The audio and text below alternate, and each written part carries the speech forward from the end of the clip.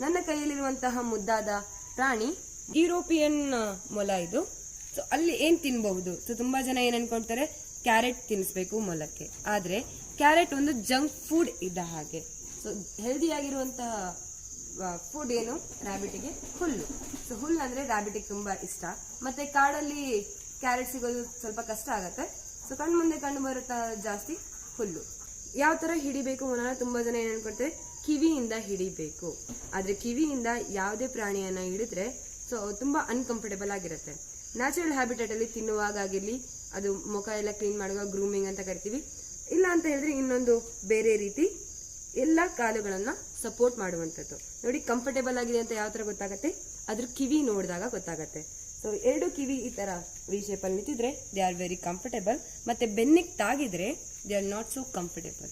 so ಇನ್ನು ಮುಂದೆ ತಿಳಿಯೋದಕ್ಕೋಸ್ಕರ ಯು ಕ್ಯಾನ್ ವಿಸಿಟ್ ಬರ್ಡ್ಸ್